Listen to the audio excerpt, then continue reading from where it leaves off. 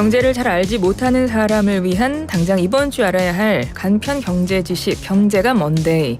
경제 맥을 짚어주실 두 분과 함께하겠습니다. 김대종 세종대 경영학부 교수, 송승현 도시화경제 대표 두 분 나오셨습니다. 어서 오세요. 네, 안녕하십니까. 네, 안녕하세요. 어린이날부터 토요일, 일요일, 사흘간의 연휴가 지났습니다. 두 분 연휴 잘 보내셨나요? 예, 뭐 저도 비가 많이 와가지고 맞아요. 그냥 뭐 백화점이나 스타필드 이런 데 사람들이 많더라고요. 그 건물이 비를 피할 수 있는 곳에 다 피신했더라 이렇게 볼 수 있습니다. 그렇군요. 예. 가서 좀 쇼핑을 하셨나 봐요. 그냥 구경만 많이 하고 왔습니다. 좀 돈을 쓰신 것 같고 우리 교수님은, 대표님은요? 지금 5월 강수량이 뭐 역대급이라고 이야기를 했잖아요. 최근 이 5월에 온 비 중에서 역대급 많이 온 비라고 하더라고요. 네네. 그래서 예전만큼 그런 뭐 어린이날 그런 행사들은 조금 위축이 된 것 맞아요. 같기도 하고, 근데 이게 비로만 생각할 수가 없는 게 지금 경제 상황이 좋지 않잖아요. 애들한테 써줄 돈이 마음은 정말 풍성한데 맞아요. 주머니 사정이 어렵다 보니까 이런 그 비가 온 게 또 제 주변에 있는 뭐 지인들 얘기 들어보니까 어떻게 보면 좀 다행스럽다. 다행이다. 너무 힘들었는데 맞아. 네, 내년에는 화창한 그 햇빛을 맞이하는 맞아요. 그런 경제 상황이 됐으면 좋겠다라는 뭐 생각들을 해봤습니다. 그렇군요. 맞아요. 그러고 보니까 어린이날을 앞두고 막 뉴스에서 그런 이야기 나왔던 것 같아요. 물가 이야기 많이 나왔던 것 같아요. 부모님들 진짜 힘들 것 같다. 뭐 아이들 장난감 하나도 굉장히 비싸다고 뭐 이런 기사도 나왔던 게 생각이 나는군요. 알겠습니다. 지난 연휴는 그렇게 보내셨는데 이 연휴 마지막 날 일본의 총리가 방한을 했습니다. 기시다 후미오 일본 총리가 방한을 해서 어제입니다. 한일 정상회담을 열었어요. 일단 서두에 두 분 정상회담에 대한 평가부터 간략하게 듣고 이 시간 본격적으로 시작을 해보죠. 교수님부터 좀 해주실까요? 저는 뭐 셔틀 외교라고 하는 게 서로 왔다 갔다 방문하는 그런 외교입니다. 저는 아주 바람직하고 필요하다. 우리나라는 이제 매년 900조를 수출하고 800조를 수입합니다. 우리나라 전체 수출의 33%가 중국과 홍콩이고요. 그다음에 미국이 15%, 일본이 6%입니다. 한국 전체 수출의 6%를 수출하게 되고 수입은 2배를 합니다. 그러니까 매년 50조를 수출하고 100조를 수입하는 게 일본입니다. 우리 대한민국은 반도체 세계 1인데요. 일본에서 만들어준 소재, 부품, 장비를 가지고 반도체를 완성품을 만드는 나라입니다. 그래서 아주 중요한 파트너다. 그래서 저는 우리가 일본과의 관계, 특히 요즘은 이제 한미일 관계 안보가 더 중요한 상황이 되었고 또 러시아 우크라이나 전쟁도 지속되고 있고 이래서 저는 한국과 일본이 안보도 굉장히 친하게 되었고 또 경제적으로도 우리가 더 아직은 배울 게 더 많이 있습니다. 우리가 아직은 좀 더 해야 되고 다행스럽게 1인당 구매력 지수는 우리가 일본을 이겼습니다. 그래요. 작년부터 우리가 한국이 일본을 이겼고요. 우리 대한민국이 일본 국민의 수출액의 2배입니다. 우리는 무역 의존도가 75%고 일본은 25%밖에 안 됩니다. 네. 일본은 내수 중심이고 우리는 수출 중심이다. 그래서 잘 사는 게 복수라 이런 말이 있습니다. 그래서 우리 대한민국이 이제 일본보다 더 잘 살게 되었고 우리가 GDP는 일본이 인구가 1억 2천만이 넘습니다. 그래서 우리가 GDP는 일본보다 한 3배 뒤졌지만 1인당 구매력 지수도 앞섰고 온라인이라든지 디지털화가 우리가 앞섰기 때문에 우리가 이제 일본보다 더 잘 살게 되었다. 이렇게 말씀을 드립니다. 네. 셔틀 외교가 12년 만에 재개됐다는데 큰 의미를 좀 주셨고 어쨌든 고무적이다. 그리고 우리가 한일 간 교류도 그동안 상당한 교역국이기도 하고 이웃 나라기도 하고 그리고 지금은 우리가 일본보다 다 앞서는 분야도 많이 있기 때문에 이제 해볼 만하다. 양국의 교류가 활발하게 다시 재개되기 시작한 건 매우 긍정적이다. 이런 평가를 해 주신 것 같고요. 네. 대표님은 어떠세요? 뭐 역사적인 그런 뭐 해소점 이런 것들이 좀 부족하다라는 평가가 많기 때문에 이런 부분들은 뭐 국정을 운영하는 측 또 이런 뭐랄까요 뭐 외교관에 대해서는 각자들이 철학을 다들 갖고 있기 때문에 이 부분 뭐 완벽하게 해소되는 것도 어렵고 해소되는 것도 참 기대하기가 좀 어렵지 않나라고 우선적으로 보고요. 근데 경제적으로 본다라면은 뭐 우리나라하고 일본하고 가치적으로 비슷한 부분들이 좀 많이 있거든요. 이런 것들이 서로 교류가 된다라면 크게 뭐 좀 긍정적으로 볼 수 있을 것 같아요. 우리나라도 뭐 기본적으로 보면 시장 경제라든지 또는 뭐 민주주의나 이런 부분들이 좀 양국에서 좀 협치되는 그런 생각들을 많이 갖고 가치가 공유되고 있다라는 것이 좀 비슷하다라고 보여지고요. 근데 우리나라의 이런 문제 이런 인식들을 갖고 있는데도 불구하고 25년 전에 김대중 오부치 한일 파트너십 선언 이후에 네. 뭐 이제 과거로부터 조금 좀 자르고 새로운 시대를 맞이하자라고 하는데 전혀 좀 개선이 되고 있지 않다라는 것은 역시 역사적으로 좀 아쉬운 부분인 것 같아요. 그때 이제 노무현 정부 시기 같은 경우는 일본하고 이 역사 전쟁을 좀 시작을 했었던 그런 부분들, 또 이명박 대통령은 독도 방문해가지고 영토 전쟁 관련돼서 또 불 붙였죠. 그다음에 박근혜 정부 시절 같은 경우는 일본군 위안부 문제 때문에 이거 대화까지도 단절했던 그런 상황이거든요. 그리고 문재인 정부 같은 경우는 뭐 죽창가 앞세우면서 반일 주도하면서 뭐 노재팬 막 이런 문구들도 상당 부분 많았었어요. 그러니까 오히려 이 김대중 오부치 정신 계승해서 한일 관계가 발전을 해줬어야 되는데 역시나 한 발 가면은 두 발 또 뒤로 가고 또 이런 모습 때문에 경제적으로 상당히 비슷한 부분들도 많고 또 서로 보완될 수 있는 장점들도 많이 갖춰 있어서 서로 간의 우호적인 관계를 가지면은 이게 굉장히 두 나라 다 성장할 수 있는 조건들을 가지고 있는데도 불구하고 전진하지 못하는 이 역사적인 문제들 때문에 여전히 다른 나라들한테 오히려 견제를 받고 또 우리보다 조금 부족하다 또는 뭐 일본 같은 경우도 이런 서로 간의 그 생각들 때문에 중국한테 좀 뒤지게 되는 그런 결과들이 일어나고 있습니다. 또 안보적인 부분에 대해서도 걱정을 하다 보니까 뭐 특히나 우리나라 같은 경우는 남과 북이 단절된 그런 나라다 보니까 이런 투자 유치하는 데도 좀 한계점들이 있거든요. 이런 점들을 좀 보완해 줄 필요가 있는데 역시나 이 역사 의식을 어떻게 개선하느냐 이게 가장 뭐 주요 화두가 되지 않을까 뭐 생각됩니다. 맞습니다. 뭐 양국의 경제 관련 그 외에 협력할 부분이 많습니다. 안보 분야도 그렇고요. 그래서 일단은 긍정적인 측면으로 보여지지만 역사적인 부분에서는 여전히 많이 아쉽다 이런 말씀을 해주셨어요. 사실은 과거를 잊고 청산하기 위해서 그리고 새로운 미래로 새 출발하기 위해서는 진정한 일본의 사과와 반성이 있어야만 그 지점부터 시작을 제대로 할 수 있을 것 같은데 사실은 그 부분은 좀 많은 분들이 좀 아쉬워하는 부분입니다. 네, 맞습니다. 그 부분은 여전히 좀 풀어야 할 숙제로 남아있는 것 같고요. 두 분께 한일 정상회담에 대한 이제 전반적인 평가를 들어봤는데요. 그러면 김 교수님께 요거 한 가지만 더 여쭤볼게요. 이번에 정상회담에서 나온 얘기들 중에서 그러면 경제 분야를 조금 더 볼게요. 경제 분야에서는 어떤 내용들이 좀 논의가 오갔나요? 좀 정리 좀 해주실까요? 예, 지금 현재 뭐 우리가 반도체는 앞에서 말씀드렸습니다. 우리나라가 일본이 매년 한 50조를 수출하고 100조를 수입하는데 이 상당한 부분이 전부 다 반도체 소재, 부품, 반도체 장비입니다. 일본이 주는 소재라든지 부품을 가지고 또 장비를 가지고 우리 삼성전자나 하이닉스에서 반도체 완제품을 만들어서 전 세계에 수출하고 있습니다. 우리나라가 메모리 반도체는 전 세계 80%를 독점하고 있습니다. 오, 네. 비메모리 반도체는 한 20% 정도 차지하고 있습니다. 이와 같이 한국 수출 품목 1위가 바로 반도체인데 우리가 반도체를 수출하면 많이 할수록 또 일본도 같이 성장하는 겁니다. 일본의 소재와 부품이 거기에 또 필수적이기 때문에 그렇다. 그래서 우리가 화이트 리스트라고 하는 것이 이제 백색 국가라는 건데요. 이게 수출 간소화입니다. 이거 보통 우리가 이제 서로 친한 국가는 한 2주 만에 통과를 시켜주는 거고 백색 국가에서 탈락이 되면 한 2달, 3달 걸리는 겁니다. 수출 지연을 해서 상대를 힘들게 하는 건데 지금 현재 우리나라가 2015년, 16년도에 위안부 문제 때문에 이렇게 백색 국가에서 탈락이 되었습니다. 그러다가 이제 이번에 좀 복귀를 하고 이제 우리나라가 먼저 선제적으로 일본을 화이트리스트에 포함을 해서 수출 우대 국가가 포함시켰고 네. 이제 일본도 빨리 해주겠다고 약속을 했거든요. 그래서 우리나라로 입장으로서는 굉장히 좋다. 전 세계에서 우리나라가 FTA를 가장 많이 맺은 나라입니다. 우리나라가 무역 의존도가 75%니까 전 세계 대부분 나라가 FTA를 맺었는데 일본과 FTA가 없습니다. 아, 그렇군요. 예, 그래서 이제 우리가 한일 FTA를 국민 정서 때문에 못 맺고 있는데 우리나라는 중국, 미국 뭐 전 세계 모든 나라가 다 FTA가 있습니다. 그래서 일본이 주도하고 있는 게 이제 TPP라는 게 있습니다. CPTPP라는 건데요. 환태평양 경제협약체.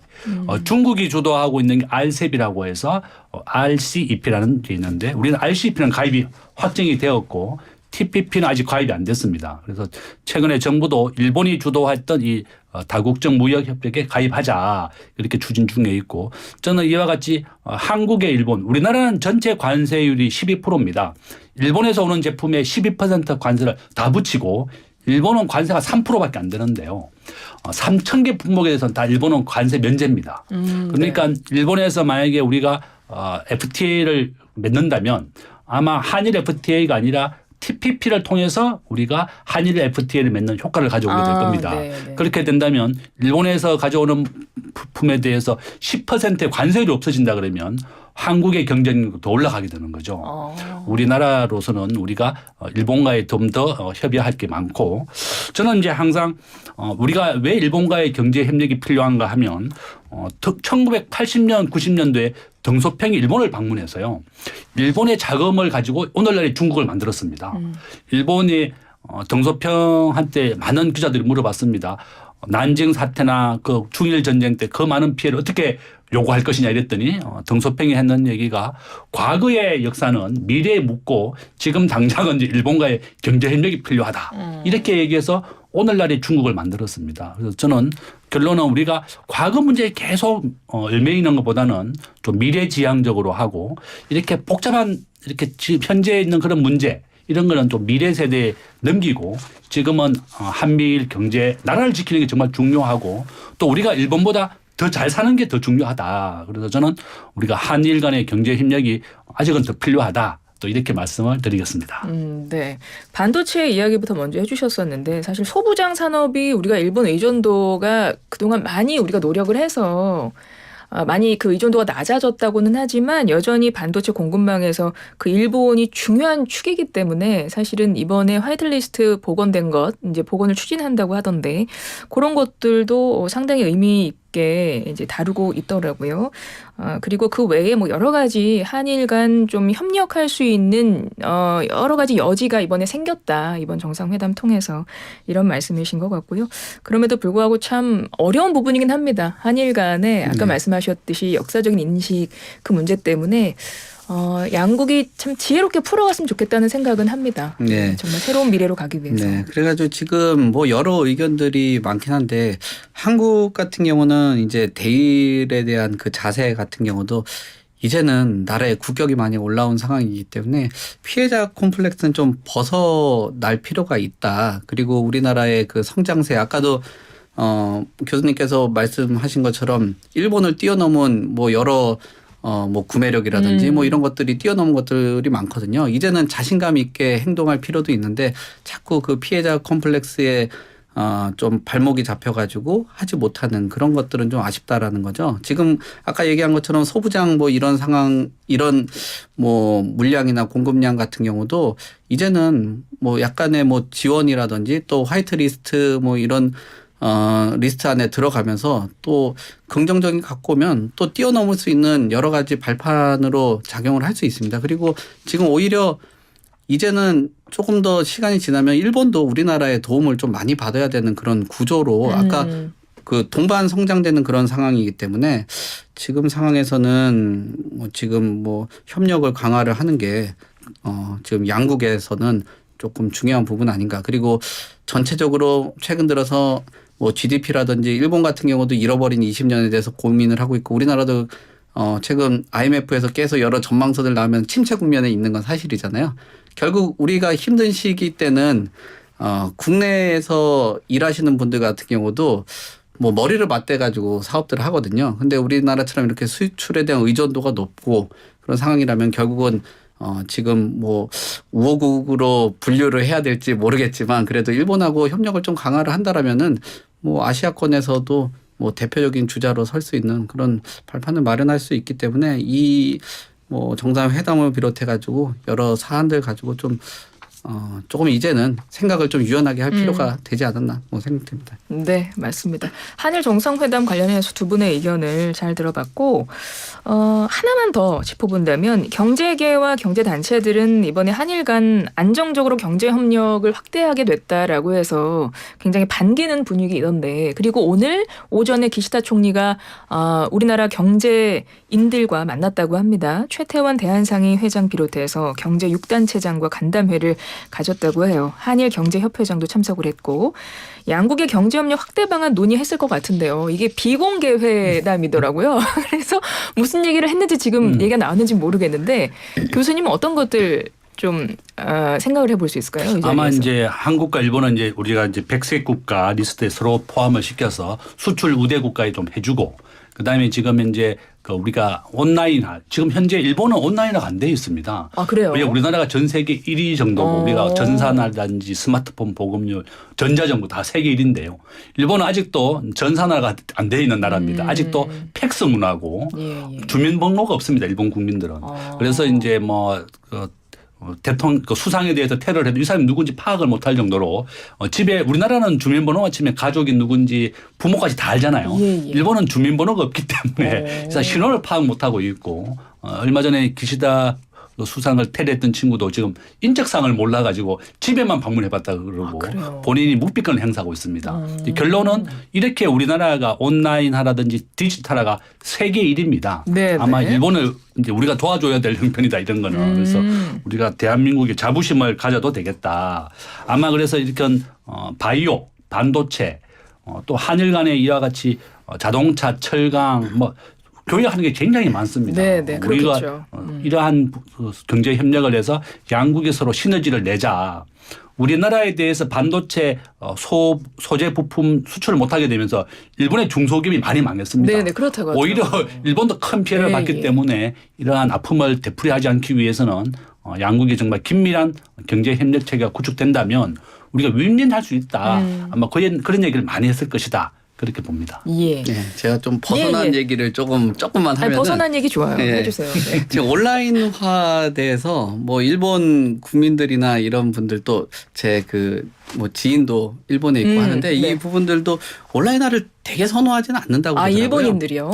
왜냐하면 전산화가 되면서 항상 개인정보 이런 것 때문에. 그것도 그렇죠. 자녀들 오기를 맨날 기다린다라는 거예요. 은행 업무라든지 이런 거를 노령층들이 할 줄 모르고. 그다음에 팩스라든지 서류 문화가 아직 있기 때문에 노령층들이 일자리들이 있다라는 거예요. 이런 일일이 하나들 하고 집배원도 다니고 팩스 같은 거는 70대 80대 분들도 할 수 있으니까. 근데 우리나라 너무 전산화가 되다 보니까 경력 찬절이 50대만 넘으면 할 수 있는 일들이 없는 거죠. 이게 사회 구조적인 문제일 수도 있겠습니다. 일본이 고령화가 굉장히 진행이 된 상황이잖아요. 그렇죠. 그래서 약간 그 그렇죠. 그래서 오히려 그렇게 빠르게 변화하는 게 노인들의 일자리라든지 이런 것들이 없어지고 그다음에 그 관공서에서 일하는 일들, 그다음에 은행에서 좀 조그만 일들 같은 경우도 너무 전산화가 돼 있다 보니까 안 되고 또 자기네 나라는 보이스피싱 같은 건 없다라는 거예요.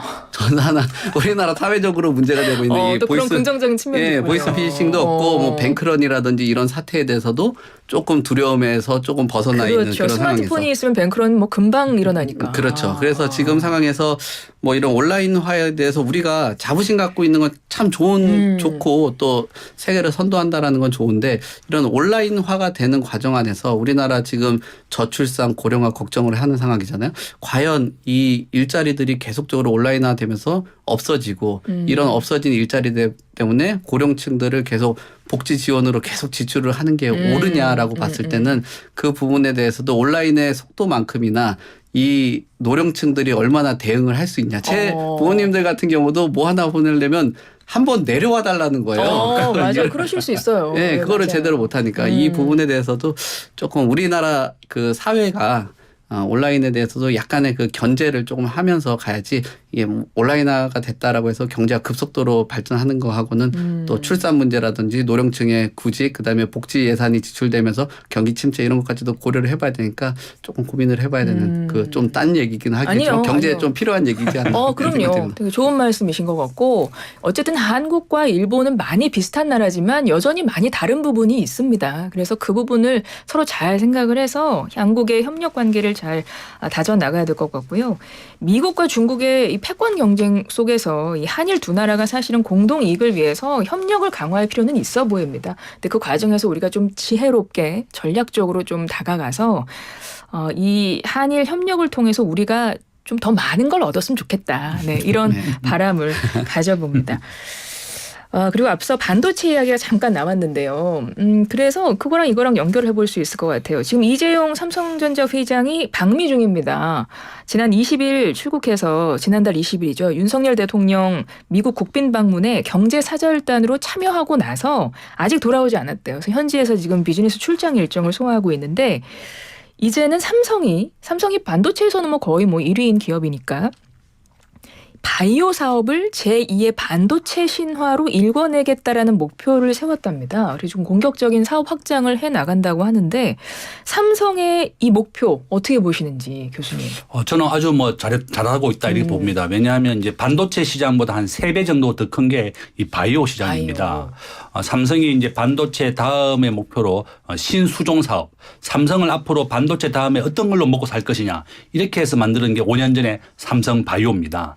삼성 바이오는 전 세계 단일 공장 세계 1등입니다. 예. 가장 크고 송도에 있고요. 저도 직접 한번 가봤는데요. 정말 어마어마한 크기다. 그래서 결론은 우리가 이제 소득이 3만 불이 넘어가게 되면 사람들이 건강하게 살고 오래 사는 걸 목표로 합니다. 맞습니다. 그래서 이제 반도체 다음으로 삼성이 찍은 것이 바로 바이오 산업이다.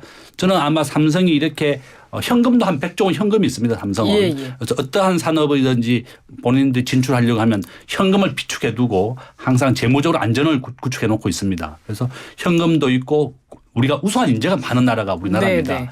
대한민국에서 우리가 이제 2010년도에 골드만삭스가요. 앞으로 대한민국이 세계 2위의 1인당 GDP가 될 것이라고 한 것이 바로 이 인재입니다. 그래서 우수한 인재가 이제 반도체 그다음에 바이오로 육성하겠다는 것이 바로 이 삼성의 전략이고 저는 삼성은 지금 현재 반도체 배터리 그다음에 새로운 분야가 이 바이오 분야고 작년에 1조 순이익이 났습니다. 네. 이미 이제 바이오 분야에서 복제약과 그다음에 진단시약까지 지금 단일 최대 공장이기 때문에 지금 진출하고 있는데 저는 아주 뭐 적극적이고 아주 바람직하다. 우리 인류가 다음은 이제 4차 산업혁명을 선도하고 있기 때문에 그 다음은 바로 우리가 건강하고 100세를 사는 것이 목표다. 네네네. 그렇다 그러면 이 바이오가 가장 중요한 분야이기 때문에 삼성이 다음 목표로 잘 골랐다. 저는 그렇게 봅니다. 저는 위기감을 좀 갖고 있는 것 같아요. 삼성이 네, 반도체 지금 적자가 나오고 있는 그런 상황이나, 그렇죠. 네, 그 공급 물량도 좀 축소를 하면서 가격을 예전 같은 경우랑 전혀 다른 전략으로 가격으로 또 승부를 하고 있는 그런 상황이잖아요. 그리고 대만도 계속적으로 쫓아오고 있죠. 그다음에 우리나라의 산업 구조 자체에 대해서 사회적인 요구 자체도 다변화를 꿈꾸고 있잖아요. 그런 상황에서 삼성도 이제 반도체만으로는 한계에 뭐 좀 돌입을 할 수 있겠다라는 그 위기감과 또 각성이 들어갔다라고 보여지고요. 그리고 바이오 산업이라는 것 자체가 이게 이제는 가격으로만 승부를 하는 시대가 좀 아니라는 그 평가들이 많아요. 경제가. 그러니까 가격은 너무나 이제 투명해지고 많은 사람들이 가격에 대해서 많이 정보가 노출이 되다 보니까 가격 경쟁을 하거든요. 네네. 그럼 결국은 부가가치라든지 그 가치를 가지고 팔아야 되는데 이 생명이라든지 이런 거는 약간 모호한 그런 상황이거든요. 우리 앞서서도 말씀하신 그 휴게실에서 얘기했지만 휴대폰 모델이 좀 다른데 뭐 약간 기능은 다 비슷해도 네, 근데 김 교수님께 아무래도 그 브랜드의 가치 때문에 가격이 좀 더 월등한 그런 부분들이 있거든요. 이런 바이오라든지 이런 것들이 영원히 좀 풀리지 않는 숙제처럼 이 미지의 그 생물과도 같은 그런 게 있기 때문에 가치를 또 창출할 수 있는 부가가치가 있다라고 보여지고 그런 것 때문에 21세기 들어서 지구촌에 가장 부흥되는 산업 중에 하나가 이 바이오 산업이거든요. 그 바이오 산업에 세계에서 아주 뭐 국내에서는 단연 1등 기업이라고 하는 그 삼성이 반도체 다음으로 다음 사업을 모델을 고르라고 하면 이 바이오 산업이라면은 꽤 그래도 해볼 만한 그런 사업이기 때문에 또 다른 그 사업을 대해서 하나는 각성도 하고 또 긴장도 하고 있겠지만 또 한편으로는 사업의 다각화도 열면서 또 다른 그 먹거리를 준비를 하고 있다라고 봐야 될 것 같습니다. 그렇군요. 이재용 삼성전자 회장이 지금 미국에서 출장 일정 소화하고 있는데 글로벌 제약사 바이오 전문 투자자 CEO들 잇따라 만나고 있답니다. 그래서 그 부분을 한번 짚어봤습니다. 경제가 먼데이 두 분과 함께 하고 있습니다. 김대종 세종대 경영학부 교수님, 송승현 도시화경제 대표님 두 분과 함께 하고 있어요. 자, 2부에서는요. 최근 좀 이슈된 것들을 하나씩 짚어보도록 하겠습니다. 먼저 그 주가 조작 사태에 관련한 이슈인데요. 키움증권의 모회사죠. 다오키움그룹의 김익래 회장이 최근에 SG증권발 주가 급락 사태 연루돼서 지난주에 사퇴했습니다. 근데 그 후폭풍이 좀 여전한 것 같아요. 이 주가 조작 핵심 인물로 알려진 라더견 H투자 컨설팅 업체 대표가 이번 사태 배후에 김 회장이 있다. 이렇게 주장하면서 논란이 지금 확산되고 있는 상황인데요. 김익래 회장이 지난 4일에 경영 일선에서 물러나면서요. 다오데이터 주식 매각 대금 605억 원입니다. 이걸 사회에 환원한다고 밝혔습니다. 그러면서도 법적인 문제는 없다. 이렇게 말을 했다고 하던데. 일단 이 사태 어떻게 돌아가고 있는 겁니까, 교수님? 김 전 회장 이렇게 긴급하게 나선 배경은 뭘까요? 지금 현재 그 다움키우그룹의 그 다우데이터 주가가 그 폭락하기 이틀 전에 140만 주가 매도가 되었는데요. 그러니까 하한가를 3일 연속 맞기 전에 본인이 이틀 전에 본인이 가진 전체 주식의 7분의 1을 팔았습니다. 605억 원치고 140만 주나 됩니다. 그러니까 우리나라 정권사의 시장 점유율 1등이 키움그룹입니다. 키움증권이 지점이 하나도 없는데 점유율 1등이에요. 네. 수수료가 가장 저렴한 정권사이기 때문에 우리 국민들이 많이 이용을 해주고 있는데 키움증권에서 매수나 매도를 할 때 그 정보를 다음키우 회장은 다 알고 있을 겁니다. 그러니까 이렇게 8개의 있던 주가 조작 세력들이 매수하고 매도하는 걸 다 알고 있기 때문에 또한 이렇게 주가가 너무 많이 오르게 되면 본인이 이 자녀에게 상속이나 정리해 줄 때 현재 평균 가격으로 하게 되거든요. 3개월 평균 가격으로 하게 되는데 본인이 가격이 너무 높으면 본인한테 굉장히 문제가 많이 됩니다. 그러니까 첫 번째는 지금 주가가 최고점에 왔다고 생각했고 두 번째는 아마 이제 경찰에서 수사가 들어가고 또 언론의 취재가 되니까 언제 이렇게 또 불똥이 튈 것이다 이런 우려가 됐을 것이다. 라더견 대표하고 뭐 연관이 되는지는 이제 수사를 해봐야지 우리가 알 수 있겠지만 일단 그 키움증권의 회장으로서 그 정보를 다 알고 있었다는 겁니다. 그러니까 키움증권을 통해서 개인이 매도를 내게 되면 키움에서 SC 소시에테 제네랄로 다시 매도 주문이 나가게 되거든요.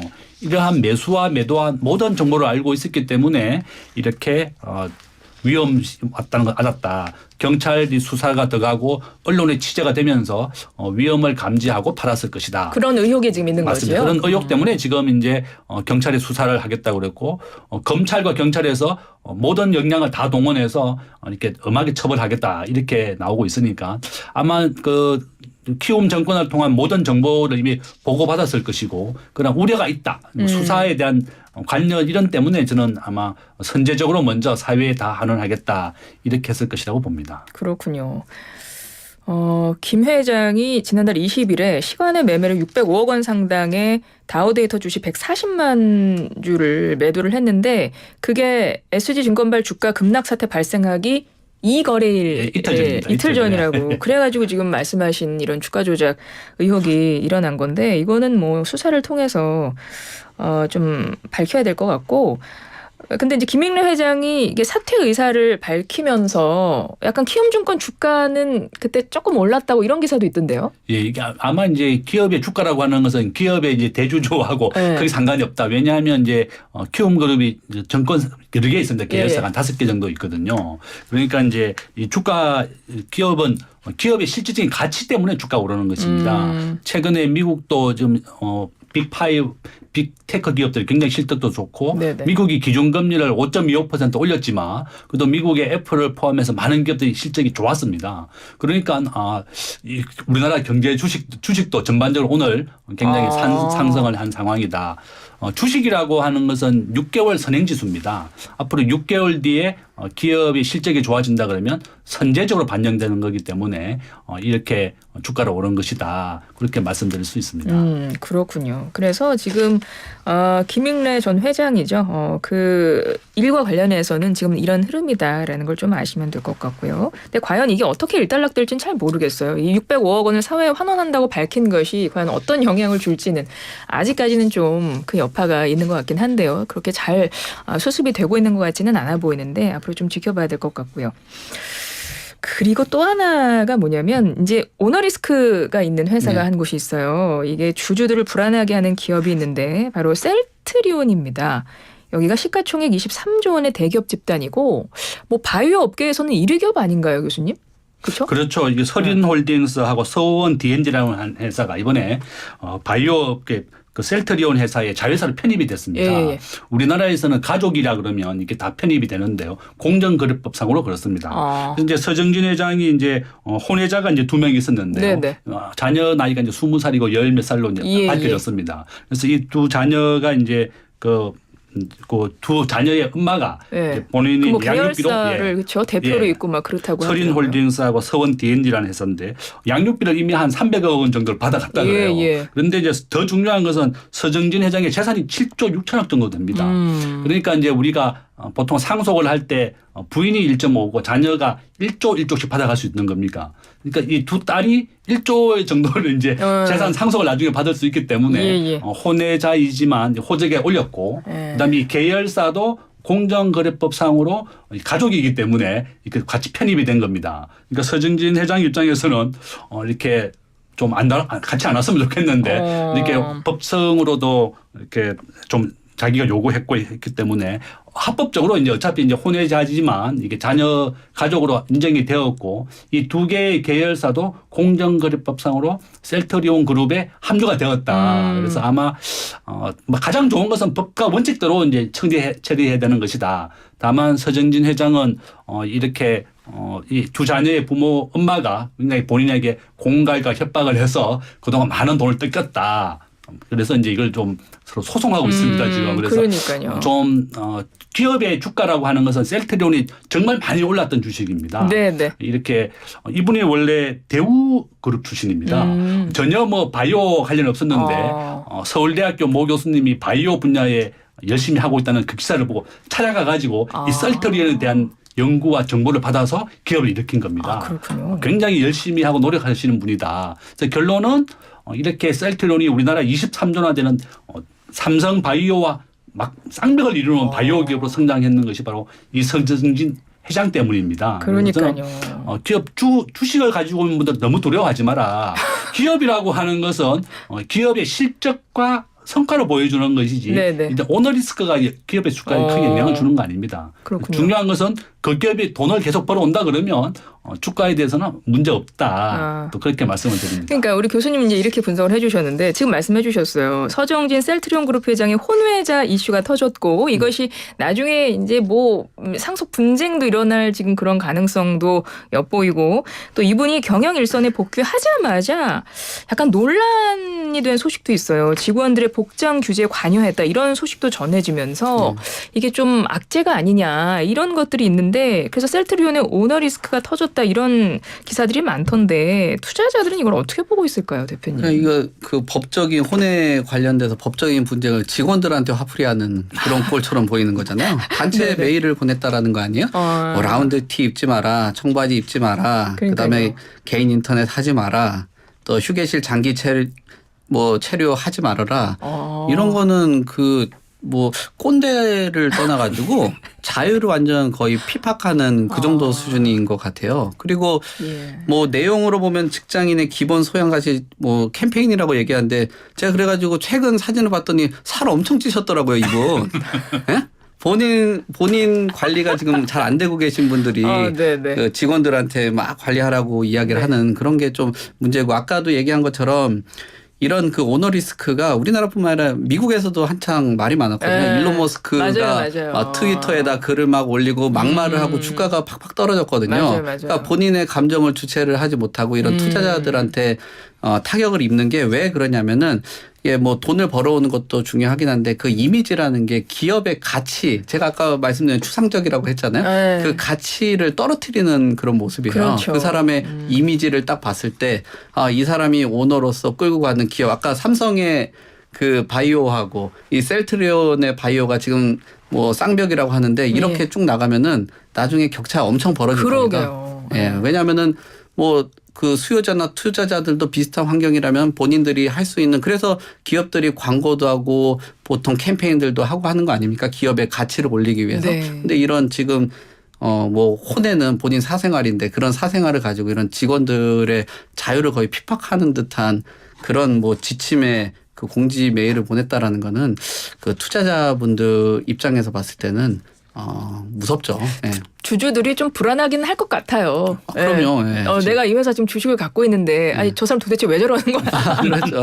그 생각할 것 같아요. 네, 맞습니다. 맞습니다. 네. 좀 지켜보면 좋을 것 같고요. 자, 부동산 이슈로 본격적으로 넘어가 보도록 하겠습니다.